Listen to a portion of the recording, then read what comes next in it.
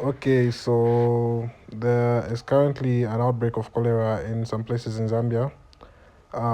So this video just serves as a guideline or an educational video to those who don't know much about cholera and how it's treated, how it's transmitted, so on and so forth. So we're going to start. So that's the disclaimer. This information is intended solely for educational purposes and should not be used as a substitute for professional medical advice, diagnosis, or treatment. If you have any questions or concerns about your health, please consult your doctor, health practitioner, or primary caregiver. Yeah, so this is very important, very, very important. This is important. I am not yet in practice. I do not have a medical license by the HPCZ yet. By God's grace, by the end of 2026, we might be licensed by the HPCZ. So this is just a general disclaimer to make you know that this information is for educational purposes only. Okay, now we can really start. Okay, so I'm sure we all know what cholera is. If I was to put it in a formal definition, I would just describe it as a severe acute diarrheal disease caused by Vibrio cholerae, leading to massive fluid loss. Key characteristic feature in cholera is massive fluid loss. Massive fluid loss.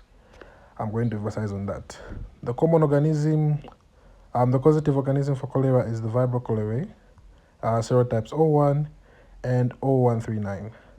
And for the pathophysiology, the Vibrio cholerae produces what we call the cholera toxin, abbreviated as CTX, causes an increase in cyclic AMP and produces massive chloride and water secretion from the intestines. So that's just the pathophysiology of how cholera causes diarrhea. Not the bacteria itself, but the toxin produced by the bacteria causes the diarrhea. So that's how the diarrhea comes about and the vomiting as well. So it's the cholera toxin. Cholera toxin is what causes you to have your diarrhea and your vomiting episodes. Yeah.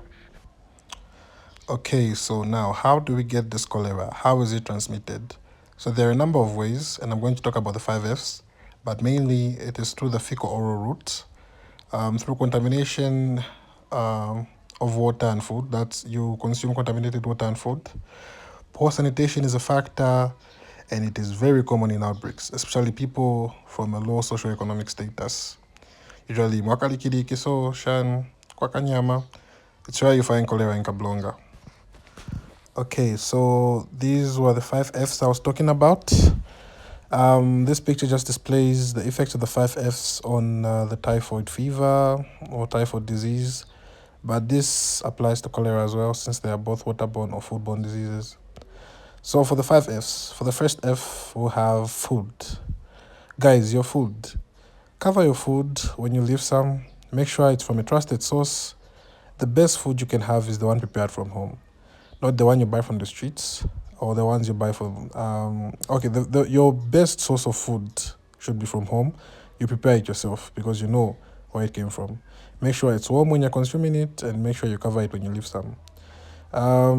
Secondly, fluids. Make sure you get water from a trusted source as well. Tap water, chlorinate it, boil it if possible. Don't get water from sources you don't trust. Tuma streams, Fmabo, ocean. Make sure you chlorinate your water or boil it before you consume it if you don't trust the source. Number 3, the third F are fingers. Fingers, guys. When you're from the toilet, wash your hands. This can serve as a mode of transmission of the Vibrio cholerae bacteria. Make sure you wash your hands with soap and water. Make sure you're always clean.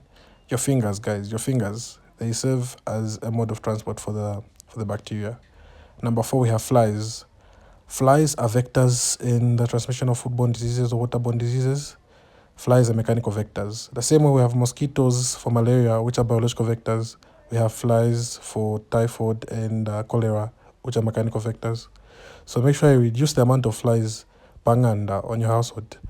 You reduce the amount of flies, that will really help to reduce the transmission of cholera. Number 5, we have feces. Very important. Make sure you have a safe waste disposal of your feces.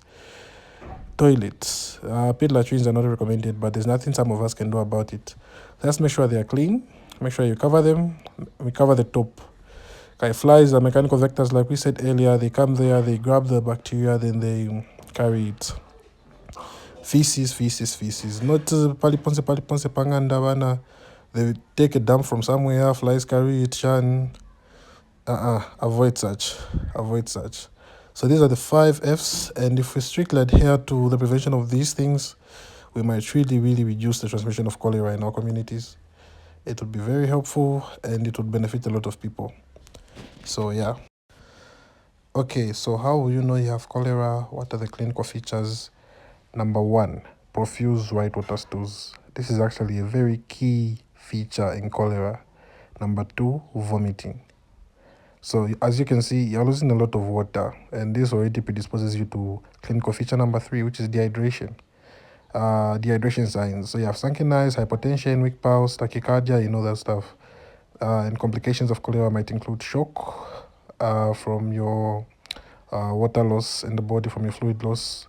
So this is hypovolemic shock, acidosis, hypokalemia, and renal failure. For diagnosis, mostly clinical during outbreaks. So you have to have a high clinical acumen for the diagnosis of cholera. You don't have to wait for the stool culture and the like, but just have a high clinical acumen and start replacing fluids. That's the mainstay of treatment. So mostly clinical during outbreaks, but you can also do a stool culture, which is the gold standard for diagnosis, and you can also do rapid tests. And you can also do an arterial blood gas or a complete metabolic panel to check for electrolytes, your creatinine, your urea, and the like. So for the management of cholera, like I mentioned earlier, the mainstay of treatment is fluid replacement, fluid resuscitation. So that would be your ORS or your lactated ringers. Ringers is preferred because it has all the electrolyte components that you tend to lose during your dehydration phase. Secondly, antibiotics, doxycycline or azithromycin. Antibiotics should not be your first line for treatment. You should first replace the fluids. Antibiotics are just supportive. They may reduce the course of the cholera disease due to the clean of bacteria and the secretion of their toxins. And zinc supplementation as well. This is very important for re-epithelialization of the GI tract. For prevention, basically, I would say prevent the 5 F's that I talked about earlier, but safe water, hygiene and sanitation, proper food handling, and the oral cholera vaccine may help to reduce the spread or morbidity of the disease across the country. So a quick mnemonic to give you the takeaway points from this video is cholera. C for contaminated water, H for hypovolemia, O, ORS is key, L, lactated drinkers is key as well, E, electrolyte loss is present, rice water stools, and A, antibiotics may help. So this is just another mnemonic to like help you master the features of cholera. Okay, so this brings us to the end of our video, and I hope this has been helpful. There is currently a cholera outbreak in the country, and the Zambia National Public Health Institute, ZNPHI, is providing daily updates on the new cases and the deaths and the cumulative cases that have been found in the country. I also hope you're paying attention and following. Don't forget to stay safe, stay clean, stay home as well if possible. Don't wander around aimlessly.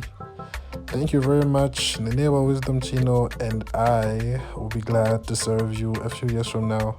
Thank you very much. Have a wonderful day.